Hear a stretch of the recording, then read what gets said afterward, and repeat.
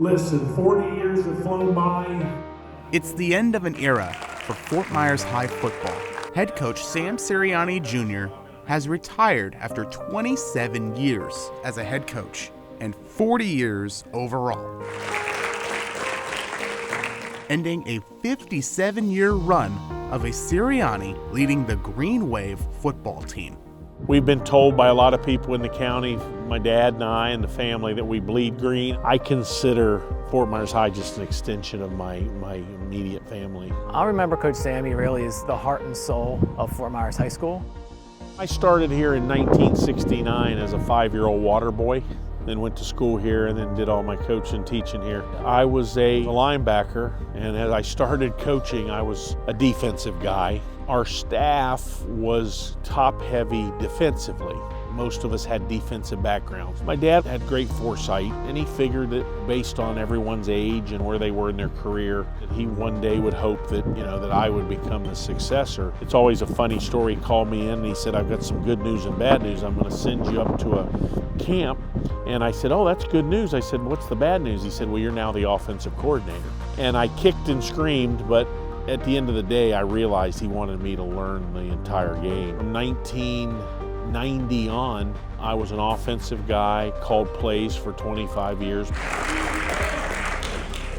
Sirianni Jr. attended his last football banquet with a surprise retirement party at the end. This is your life. But just remember, I'm the one that stuffed you in the high chair when you were 6 months old, stuffed pillows around you, and taught school to you every day. So that's why you're so smart. Something his sister Stephanie says they weren't able to do for their father, Coach Sam Sr., but she couldn't pass this opportunity up for her brother. I always said I look so forward to being able to celebrate Sammy because for several reasons. Number one, he's my brother and I know how hard he works. Also because he stepped into some very big shoes and I think he did an excellent job filling them. He evolved when you need to evolve with kids, but he was not going to compromise his ethics. One of the sayings that I tell young coaches all the time is there's certain battles to pick. Know your battles. Be yourself. You can't be the person before you, can't be the person after you. Be yourself because kids can see through anything that's not real. You have to have tough conversations some days and be willing to give them tough love. But if you're honest with yourself and you have everything in mind that you're here to help the youth and the next generation and instill the things in for them to be successful, then you've had a successful day. From the player standpoint, it's more like a father figure standpoint, teaching discipline, being stern on you, but at the same time, putting his arm around you and letting you know that you've done a good job. In a coaching standpoint, working with him, just learning from him and watching him and being more of a friend in that area, or just teaching the ropes of things, working through education, coaching football. Coming into high school, everyone thinks they know the game of football, but then once you step in here and really get to learn with him about all what football takes and you learn bigger picture stuff, you understand why you're doing what you're doing. You understand why all the little things matter. I know when I started on, he wanted me to learn. He put me with the O-line. Just seeing how they do it and how they do it in small increments of teaching the fundamentals. He always said a good coach learns from the inside out. He was someone who I really did rely on for providing advice and kind of bouncing ideas off of and just making sure that I was looking at things from the correct perspective. He always just encouraged me to work harder, but not push myself over the limit, but to the limit to you can do better. A great memory is probably his 150th win. I don't think anyone pretty much knew that it was his 150th win, but he just showed it as a team win and he was humble about it. With all of that winning, a long list of accomplishments and awards followed. As a player in 1981, Sirianni Jr. was a first-team All-Southwest Florida linebacker. In 1982, he was an individual and team golf state champion and took a full golf scholarship at University of South Florida. In 1990, he was Boys Golf Coach of the Year.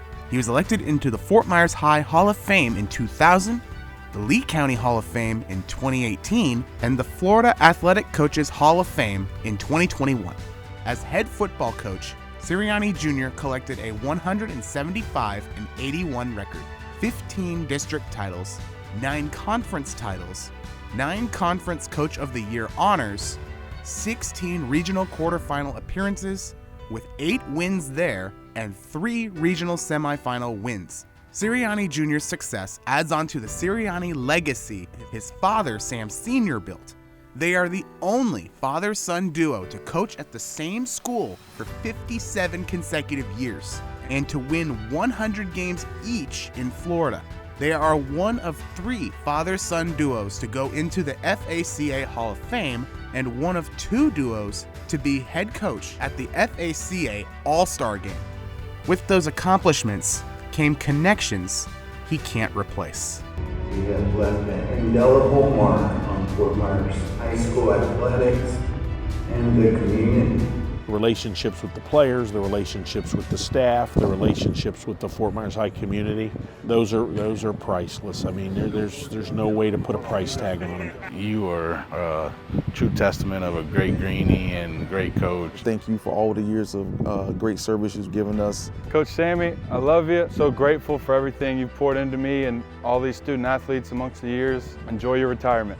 Okay. Too much emotion to talk right now. We love every one of you.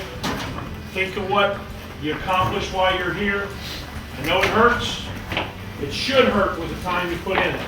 But I love every one of you. Although it's not my style, it tugged on me quite a bit tonight. Thank you all.